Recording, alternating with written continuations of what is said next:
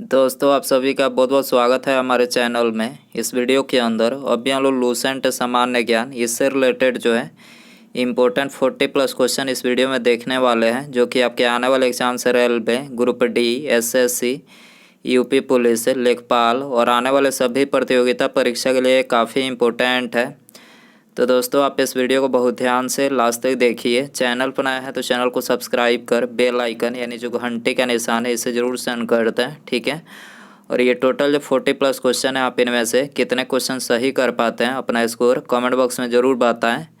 तो चलिए शुरू करते हैं। देखिए यहाँ पर हमारा पहला क्वेश्चन दिया गया है, हमारे शरीर में वसा संचायक ऊतक कौन सा है। तो देखिए करेक्ट आंसर ऑप्शन बी हो जाएगा, एडिपोज टिश्यू। एडिपोज ऊतक जो है ये हमारे शरीर में वसा संचायक ऊतक है। इसके अलावा कंकालीय संयोजी ऊतक की बात करें तो ये शरीर को सहारा देती है। कंकालीय संयोजी ऊतक जो है ये शरीर को सहारा देती है। एग्जाम्पल है इसके अस्थिया और उपास्थ्या, आपको याद रखना है। क्वेश्चन नंबर 2 है, नवंबर 2020 तक प्राप्त जानकारी के अनुसार भारत में कितने परिचालित नाभिकीय ऊर्जा रिएक्टर हैं। तो देखिए नवंबर 2020 तक प्राप्त जानकारी के अनुसार जो है भारत में कुल 22 जो है परिचालित नाभिकीय ऊर्जा रिएक्टर है। डी आंसर हो जाएगा। क्वेश्चन नंबर 3 है, टेलीकॉम क्षेत्र में आईएसपी का पूर्ण रूप क्या है। आईएसपी का फुल फॉर्म आपको इसमें बताना है। तो टेलीकॉम क्षेत्र में जो है इसका फुल फॉर्म है internet service provider. Internet service provider जो है आईएसपी का फुल फॉर्म है। इसके अलावा यहाँ पर हमने कुछ फुल फॉर्म के नाम लिखे हैं जो एग्ज़ाम के लिए काफ़ी इम्पोर्टेंट है और ये बार बार पूछे जाते हैं। तो एमआईसीआर का फुल फॉर्म क्या है। एमआईसीआर का फुल फॉर्म क्या है, मैग्नेटिक इंक कैरेक्टर रीडर जो है इसका फुल फॉर्म है। लैन की फुल फॉर्म की बात करें तो लोकल एरिया नेटवर्क जो है इसका फुल फॉर्म है। आईएसएच का पूर्ण रूप क्या है, informatic super highway. Informatic super highway जो है आईएसएच का फुल फॉर्म है। WAN के वान का फुल फॉर्म क्या है, wide area network. Wide area network जो है इसका फुल फॉर्म है। ट्राई की बात करें तो इसका पूरा नाम है telecom regulatory authority of India जो इसका फुल फॉर्म है। ट्राई दूरसंचार क्षेत्र का सर्वोच्च संस्था है। ट्राई जो है ये दूरसंचार क्षेत्र का सर्वोच्च संस्था है। इसकी स्थापना 20 फरवरी 1997 को किया गया था। सारी बातें आपको याद रखना है, एग्जाम के लिए इम्पोर्टेंट है। क्वेश्चन नंबर 4 है, न्यूटन के गति के प्रथम नियम का अन्य नाम क्या है। न्यूटन के गति के प्रथम नियम का अन्य नाम क्या है। तो जड़त्व का नियम है इसका अन्य नाम। डी आंसर हो जाएगा। जड़त्व जो है 3 प्रकार के होते हैं। पहला विराम का जड़त्व, दूसरा गति का जड़त्व और तीसरा जो है दिशा का जड़त्व। विराम की जड़त्व की बात करें तो देखिए इसमें जो है विराम में रहने वाली वस्तु तब तक विराम की अवस्था को बनाए रखती है जब तक कि उस पर बल न लगाया जाए। तो ये क्या है, ये विराम का जड़त्व है। गति के जड़त्व की बात करें तो इसमें जो है जब तक बल आरोपित न हो वस्तु अपनी एक समान गति की अवस्था में परिवर्तन नहीं कर सकती है, न तो परिवर्तित होती है और न अवमंदित होती है। तो ये है गति का जड़त्व। तीसरा जो है दिशा का जड़त्व। तो देखिए इसमें जो है वस्तु का वह गुण जिसके कारण वह स्वयं की गति की दिशा में परिवर्तन नहीं कर सकती है, दिशा का जड़त्व कहलाती है, ठीक है। क्वेश्चन नंबर 5 है, टेक्सोल किस पेड़ से निकाला जाता है। टेक्सोल जो है किस पेड़ से निकाला जाता है। तो ये सूची वृक्ष के पेड़ से निकाला जाता है। डी आंसर हो जाएगा। टेक्सोल की बात करें तो टेक्सोल नामक जहरीले रसायन का प्रयोग कैंसर के इलाज में किया जाता है। टेक्सोल नामक जहरीले रसायन का प्रयोग जो है ये कैंसर के इलाज में किया जाता है, याद रखना है। क्वेश्चन नंबर 6 है, GSAT-31 क्या है। GSAT-31 क्या है। तो ये दूर संचार उपग्रह है। दूर संचार उपग्रह, सी आंसर हो जाएगा। क्वेश्चन नंबर 7 है, निम्नलिखित में से कौन सी नोबेल गैस है। तो करेक्ट आंसर ऑप्शन ए हो जाएगा, आर्गन जो है ये नोबेल गैस है। इसके अलावा नोबेल गैस जो है वो है हीलियम, नियान, आर्गन, क्रिप्टान, जेनान, ये सभी क्या है, नोबेल गैस है। फ्लोरीन हाइड्रोजन वर्ग का तत्व है। फ्लोरीन जो है हाइड्रोजन वर्ग का तत्व है। फ्लोरीन सबसे अधिक विद्युत ऋणात्मक तत्व है। अक्रिय गैसों की खोज रायले, रेमजे और लोकियर ने की थी।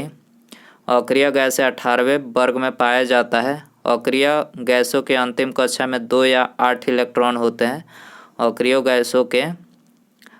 गैसों के अंतिम कक्षा में 2 या 8 इलेक्ट्रॉन होते हैं।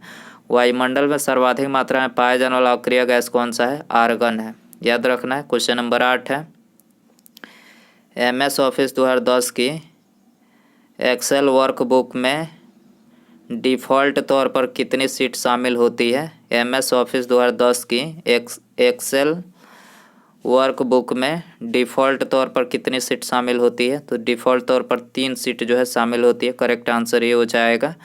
चींटी के डंक में कौन सा अम्ल पाया जाता है? चींटी के डंक में कौन सा अम्ल पाया जाता है? मेथेनोइक अम्ल। कौन सा अम्ल? मेथेनोइक अम्ल पाया जाता है। मेथेनोइक अम्ल को जो है ये फार्मिक अम्ल भी कहते हैं, आपको याद रखना है, इसमें कन्फ्यूज नहीं होना है। मेथेनोइक अम्ल को जो है फार्मिक अम्ल कहा जाता है।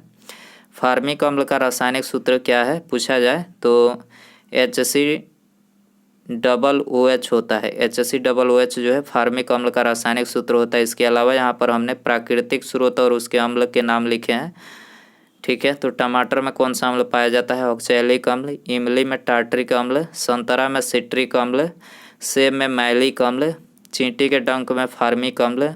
मनुष्य के पेट में फार्मिक अम्ल। मनुष्य के पेट में फार्मिक अम्ल। मनुष्य के पेट में भोजन को पचाने के लिए हाइड्रोक्लोरिक अम्ल आपको याद रखना है। कौन सा? हाइड्रोक्लोरिक अम्ल, HCl अम्ल पाया जाता है, याद रखना है आपको। कार के बैटरी में सल्फ्यूरिक अम्ल। कार के बैटरी में कौन सा? सल्फ्यूरिक अम्ल। यूनिसेफ का मुख्यालय कहाँ स्थित है? यूनिसेफ का मुख्यालय कहाँ स्थित है? तो इसका मुख्यालय न्यूयॉर्क में स्थित है। करेक्ट आंसर ये हो जाएगा। यूनिसेफ की स्थापना 11 दिसंबर 1946 को किया गया था। यूनिसेफ का पूरा नाम है United Nations International Children's Emergency Fund. UNICEF का फुल फॉर्म क्या है? United Nations International Children's Emergency Fund जो है इसका फुल फॉर्म है। 1875 में मोहम्मदन एंग्लो ओरिएंटल कॉलेज की स्थापना किसने की थी, जो बाद में अलीगढ़ मुस्लिम विश्वविद्यालय बना? तो इसकी स्थापना जो है सैयद अहमद खान ने किया था, ठीक है। करेक्ट आंसर सी हो जाएगा। प्रख्यात समाज सुधारक और महिला शिक्षा के लिए कार्य करने वाली पंडिता रमाबाई सरस्वती किस भाषा की महान विदुषी थी? तो पंडिता रमाबाई सरस्वती जो है किस भाषा की महान विदुषी थी? तो ये संस्कृत भाषा की महान विदुषी थी। सी आंसर हो जाएगा। संयुक्त राष्ट्र यानी UN सुरक्षा परिषद के अस्थायी सदस्यों का कार्यकाल कितने वर्षों का होता है? तो 2 वर्षों का होता है, ठीक है। सुरक्षा परिषद के अस्थायी सदस्यों का जो कार्यकाल होता है 2 वर्षों का होता है। सी आंसर हो जाएगा। सुरक्षा परिषद में 2 प्रकार के सदस्य होते हैं, एक अस्थायी और दूसरा अस्थायी, ठीक है। और इनमें टोटल जो है 15 सदस्य होते हैं। सुरक्षा परिषद में टोटल 15 सदस्य होते हैं, जिसमें से 5 अस्थायी होते हैं और 10 जो होते हैं अस्थायी। 10 होगा, ठीक है। 10 जो होते हैं अस्थायी। टोटल 15 सदस्य होते हैं और 5 जो अस्थायी सदस्य हैं वो यहाँ पर कौन कौन से हैं? अमेरिका, फ्रांस, ब्रिटेन, चीन और रूस। ये 5 जो है ये अस्थायी सदस्य हैं। सुरक्षा परिषद के अस्थायी सदस्यों को वीटो का अधिकार है। सुरक्षा परिषद के जो अस्थायी सदस्य होते हैं उनको वीटो का अधिकार है। वर्तमान में संविधान की 8वीं अनुसूची में कितनी भाषाएं सम्मिलित है? तो 8वीं अनुसूची में जो है 22 भाषाएं सम्मिलित है। सी आंसर हो जाएगा। दिल्ली की जामा मस्जिद का निर्माण किस वर्ष में पूरा हुआ था? दिल्ली की जामा मस्जिद का निर्माण किस वर्ष में पूरा हुआ था? तो ये पूरा हुआ था 1656 में, ठीक है। 1656 में पूरा हुआ था। सी आंसर हो जाएगा। जामा मस्जिद भारत का सबसे बड़ा मस्जिद है। जामा मस्जिद जो है ये भारत का सबसे बड़ा मस्जिद है। दिल्ली में जामा मस्जिद का निर्माण शाहजहाँ ने करवाया था। शाहजहाँ ने, आपको याद रखना है। भारतीय रिजर्व बैंक की स्थापना कब की गई थी? भारतीय रिजर्व बैंक की स्थापना 1 अप्रैल 1935 को की गई थी। राष्ट्रीयकरण 1949 को, आपको याद रखना है। 2011 की जनगणना के अनुसार भारत का लिंगानुपात क्या है? तो 9:43 जो है ये भारत का लिंगानुपात है। 9:43 भारत का 2011 की जनगणना के अनुसार है लिंगानुपात। बी आंसर हो जाएगा। क्वेश्चन नंबर 18 है, राजभाषा अधिनियम की धारा 3 के माध्यम से संघ के राजकीय कार्यों के लिए अंग्रेजी भाषा के निरंतर इस्तेमाल को किस वर्ष लागू किया गया था? तो देखिए इसको लागू किया गया था 1965 में। राजभाषा अधिनियम की धारा 3 के माध्यम से संघ के राजकीय कार्यों के लिए अंग्रेजी भाषा के निरंतर इस्तेमाल को किस वर्ष लागू किया गया? 1965 में लागू किया गया। डी आंसर हो जाएगा। क्वेश्चन नंबर 19 है, किस फसल में कीड़ा नहीं लगता है? Very important question. कौन से फल में जो है कीड़ा नहीं लगता है? तो ये केला में जो है कीड़ा नहीं लगता है। सी आंसर हो जाएगा। क्वेश्चन नंबर 20 है, भारतीय अंतर्देशीय जल मार्ग प्राधिकरण यानी inland waterway authority of India के अनुसार भारत के नौगम्य अंतर्देशीय जल मार्गों की कुल लंबाई लगभग कितनी है? तो देखिए, इसके अनुसार जो है भारतीय अंतर्देशीय जल मार्ग प्राधिकरण के अनुसार जो है भारत के नौगम्य अंतर्देशीय जल मार्गों की जो कुल लंबाई है वो है 14,500 किलोमीटर है। डी आंसर हो जाएगा। दोस्तों, यदि आपको वीडियो पसंद आ रहा है तो प्लीज़ वीडियो को लाइक करें, दोस्तों में शेयर करें। चैनल पर नया है तो चैनल को सब्सक्राइब करके बेल आइकन जरूर सेंड कर दें। ठीक है, सब्सक्राइब करने से फ़ायदा ये होगा कि जब भी मैं डेली तो वीडियो अपलोड ही करता हूँ, सुबह 7 बजे डेली वीडियो अपलोड करता हूँ, तो उसका नोटिफिकेशन जो है आपको सबसे पहले मिल सकेगा। तो इसके लिए जो है आपको चैनल को सब्सक्राइब करके बेल जो आइकन है उसे एक्टिवेट कर दें, बेल आइकन प्रेस कर दें। ठीक है, अगला क्वेश्चन देखिए, क्वेश्चन नंबर 21 है, सांभर झील कहाँ स्थित है? तो देखिए, सांभर झील जो है ये राजस्थान में स्थित है। सी आंसर हो जाएगा। भारत का सबसे नमकीन झील कौन सा है? सांभर झील है। भारत में सबसे बड़ी मीठे पानी की झील बुलर झील है जो कि जम्मू कश्मीर में है। भारत की सबसे बड़ी कृत्रिम झील गोविंद बल्लभ पंत सागर है। भारत की सबसे बड़ी कृत्रिम झील लोनार झील उल्कापिंड के गिरने उद्गार से बनी झील है। लोनार झील कहाँ है? महाराष्ट्र में है, आपको याद रखना है। क्वेश्चन नंबर 22 है, फतेहपुर सीकरी स्थित बुलंद दरवाज़ा अकबर द्वारा डैश पर अपने विजय के प्रतीक के रूप में बनवाया गया था। तो किस पर विजय के उपलक्ष्य में बनाया गया है? तो ये गुजरात पर विजय के उपलक्ष्य में जो है फतेहपुर सीकरी बुलंद दरवाज़ा जो है अकबर के द्वारा बनवाया गया। ये आंसर हो जाएगा। भारत में पहली ब्रिटिश प्रेसिडेंसी की स्थापना कहाँ की गई थी? तो देखिए, इसकी स्थापना जो है सूरत में की गई। बी आंसर हो जाएगा। क्वेश्चन नंबर 24 है, भारत में श्वेत क्रांति का जनक किसे माना जाता है? तो भारत में श्वेत क्रांति का जनक वर्गीज कुरियन को माना जाता है। सी आंसर हो जाएगा। फसलों के लिए निम्नलिखित में से कौन सा निकाय न्यूनतम समर्थन मूल्य की अनुशंसा करता है? तो फसलों के लिए जो है ये CACP जो निकाय है ये इसके मूल्य के लिए जो है मूल्य की अनुशंसा करता है।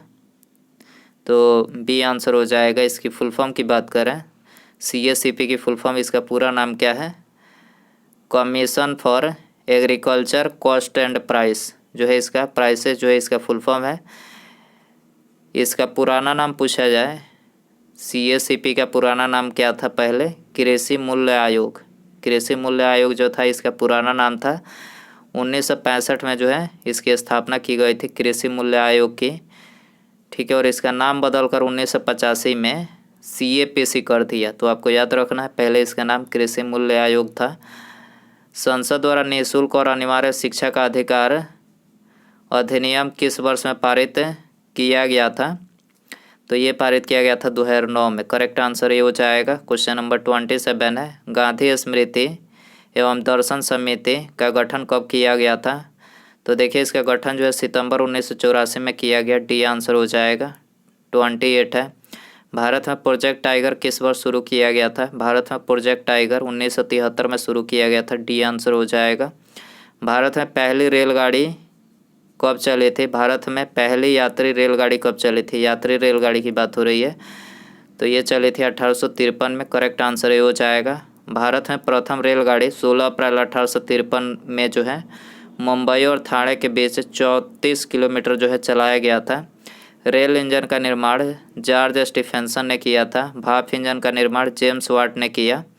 प्रथम रेलगाड़ी 1850 ईस्वी में लिवरपूल और मैनचेस्टर के बीच चलाया गया। विश्व में सबसे बड़ा रेल नेटवर्क USA का है, 2,50,000 किलोमीटर में है। 1925 ईस्वी में भारत में सर्वप्रथम विद्युतीकरण कार्य प्रारंभ किया गया 1925 में।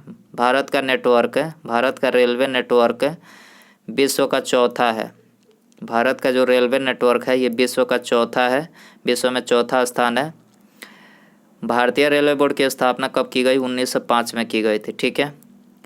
दूसरी वंदे भारत एक्सप्रेस किन शहरों के बीच चलती है? दूसरी वंदे भारत एक्सप्रेस किन शहरों के बीच चलती है? नई दिल्ली से कटरा के बीच चलती है। डी आंसर हो जाएगा। विधवा पुनर्विवाह की अनुमति देने वाला कानून हिंदू विधवा पुनर्विवाह अधिनियम किस वर्ष पारित किया गया था? तो देखिए ये पारित किया गया था 1856 में। करेक्ट आंसर बी हो जाएगा। क्वेश्चन नंबर 32 है, भारत देश का दक्षिणतम बिंदु कौन सा है? भारत देश का दक्षिणतम बिंदु कौन सा है? इंदिरा पॉइंट है। डी आंसर हो जाएगा। इंदिरा पॉइंट बृहत निकोबार द्वीप समूह में स्थित है। इंदिरा पॉइंट बृहत निकोबार द्वीप में स्थित है। इसका पुराना नाम पिग्मेलियन पॉइंट है। पिग्मेलियन पॉइंट पूछा जाए किसका नाम है तो इंदिरा पॉइंट का नाम है, पुराना नाम है। यह भूमध्य रेखा से 876 किलोमीटर दूर है। मुगल राजकुमारी गुलबदन बेगम ने हुमायूंनामा किसके अनुरोध पर लिखा? तो हुमायूंनामा गुलबदन बेगम ने जो है ये अकबर के अनुरोध पर लिखा। डी आंसर हो जाएगा। भारतीय संविधान में अनुच्छेद 36 से 51 किस रूप में जाना जाता है? भारतीय संविधान में अनुच्छेद 36 से 51 किस रूप में जाना जाता है? तो ये राज्य के नीति निर्देशक तत्व के रूप में जाना जाता है। करेक्ट आंसर बी हो जाएगा। निम्नलिखित में से कौन सा युग्म सही सुमेलित नहीं है? तो करेक्ट आंसर ऑप्शन ए हो जाएगा। विटामिन B1 जो है ये सही सुमेलित नहीं है, मतलब इसके स्रोत नहीं है। विटामिन B1 के स्रोत की बात करें तो देखिए इसके स्रोत है गेहूं का आटा, चावल, दाल, साबुत अनाज, सोयाबीन, नट्स यानी सूखे मेवे, फूल गोभी, मटर, आलू, संतरा, अंडा, ये सभी विटामिन B1 के स्रोत हैं। इसके अलावा बाकी ये तीनों करेक्ट है। यहाँ पर विटामिन डी किस में पाया जाता है? मछली के तेल में पाया जाता है। विटामिन ई गेहूं हरी सब्जी में पाया जाता है। विटामिन B12 जो है मांस और अंडा में पाया जाता है। आपको याद रखना है। रविन्द्रनाथ टैगोर ने किसके विरोध में ब्रिटिश नाइटहुड को लौटा दिया? ब्रिटिश नाइटहुड को त्याग दिया तो किसके विरोध में लौटाया था? तो ये जालियांवाला बाग हत्याकांड के विरोध में लौटाया था। बी आंसर हो जाएगा। निम्नलिखित में से किस विटामिन को आर्गो कैल्सीफेरॉल कहते हैं? आर्गो कैल्सीफेरॉल किस विटामिन को कहते हैं? विटामिन डी को कहते हैं। बी आंसर हो जाएगा। भारत में निम्नलिखित में से कौन सा एक संवैधानिक निकाय है? कौन सा एक संवैधानिक निकाय है? तो करेक्ट आंसर सी हो जाएगा। वित्त आयोग जो है एक संवैधानिक निकाय है। मूसी और भीम किस नदी की सहायक नदियाँ है? मूसी और भीम किस नदी की सहायक नदियाँ है? तो ये कृष्णा नदी की सहायक नदी है। सी आंसर हो जाएगा। किस संविधान संशोधन अधिनियम द्वारा लोकसभा की सीटों की संख्या 525 से बढ़ाकर 545 की गई? तो ये 31वें संविधान संशोधन अधिनियम 1973 के अंतर्गत जो है 73 के अधिनियम के अंतर्गत जो है लोकसभा की सीटों की संख्या 525 से बढ़ाकर 545 की गई। करेक्ट आंसर ये हो जाएगा। बहमनी साम्राज्य के संस्थापक कौन थे? बहमनी साम्राज्य के संस्थापक कौन थे? तो देखिए इसके संस्थापक ये अलाउद्दीन हसन थे। ठीक है, अलाउद्दीन हसन थे। करेक्ट आंसर ये हो जाएगा। भारतीय भाषाओं का केंद्रीय संस्थान किस स्थान पर अवस्थित है? भारतीय भाषाओं का केंद्रीय संस्थान किस स्थान पर अवस्थित है? तो देखिए ये स्थित है मैसूर में। करेक्ट आंसर सी हो जाएगा। क्वेश्चन नंबर 43 है, गांधी जी को महात्मा का खिताब किसने दिया? वेरी इंपॉर्टेंट क्वेश्चन है ये। गांधी जी को महात्मा का खिताब किसने दिया? तो देखिए उनको महात्मा की खिताब जो है रविन्द्रनाथ टैगोर ने दिया। आपको याद रखना है किसने? रविन्द्रनाथ टैगोर ने। तो दोस्तों ये थे लूसेंट सामान्य ज्ञान के इम्पोर्टेंट 40+ क्वेश्चन। आई होप कि ये वीडियो पसंद आया रहेगा। पसंद आया तो प्लीज़ वीडियो को लाइक करें, दोस्तों में शेयर करें। चैनल पर नया है, मतलब चैनल पे अभी तक मैंने चैनल को सब्सक्राइब नहीं किया तो चैनल को सब्सक्राइब करके बेल आइकन प्रेस कर दीजिए। ठीक है, बेल आइकन को ऑन कर दीजिए। ठीक है, मिलते हैं अगले वीडियो में। नमस्कार, जय हिंद, जय भारत।